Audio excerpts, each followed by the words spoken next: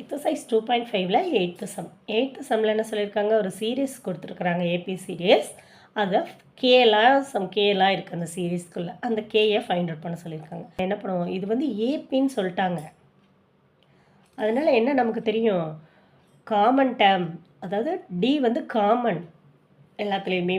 அப்போ d2 minus t1 d3 minus t2 equal. அப்போ d2க்கு என்ன போட போகிறோம், 18 மைனஸ் கே. t1 என்னது 3 plus K. t3னா 5k plus 1. t2 வந்து அதாவது இதை t1 t2 t3 அப்படின்னு வச்சிட்டிங்கன்னா இப்போ ஈஸியாக எடுத்து எழுதிடலாம். எழுதியாச்சுன்னா அதை சிம்பிளிஃபை பண்ண போகிறோம். இப்போ மைனஸ் உள்ளே கொண்டு போய் மல்டிபிள் பண்ணுறேன் ரெண்டு சைடும். அதுக்கப்புறம் கேவெல்லாம் ஆட் பண்ணுறேன், நம்பர்ஸ் எல்லாம் ஆட் பண்ணுறேன். நெக்ஸ்ட் என்ன பண்ண போகிறோம், கேஸ் எல்லாம் ஒரு சைடு கொண்டு வர போகிறோம், நம்பர்ஸ் எல்லாம் ஒரு சைடு கொண்டு வர போகிறேன். இப்போ இந்த 6k இருக்கு இல்லைங்களா, இந்த 2kவை அந்த சைடு கொண்டு வந்துடலாம். அப்போ மைனஸ் 2k ப்ளஸ் 2k ஆயிரும். இந்த மைனஸ் 17 இந்த பக்கம் கொண்டு போயிடலாம், ப்ளஸ் 17 ஆயிரும். ஓகே, அப்போ 6 ப்ளஸ் 2 8k, 15 ப்ளஸ் 17 32. அப்போ கேஸ் ஈக்குவல் டு 32/8.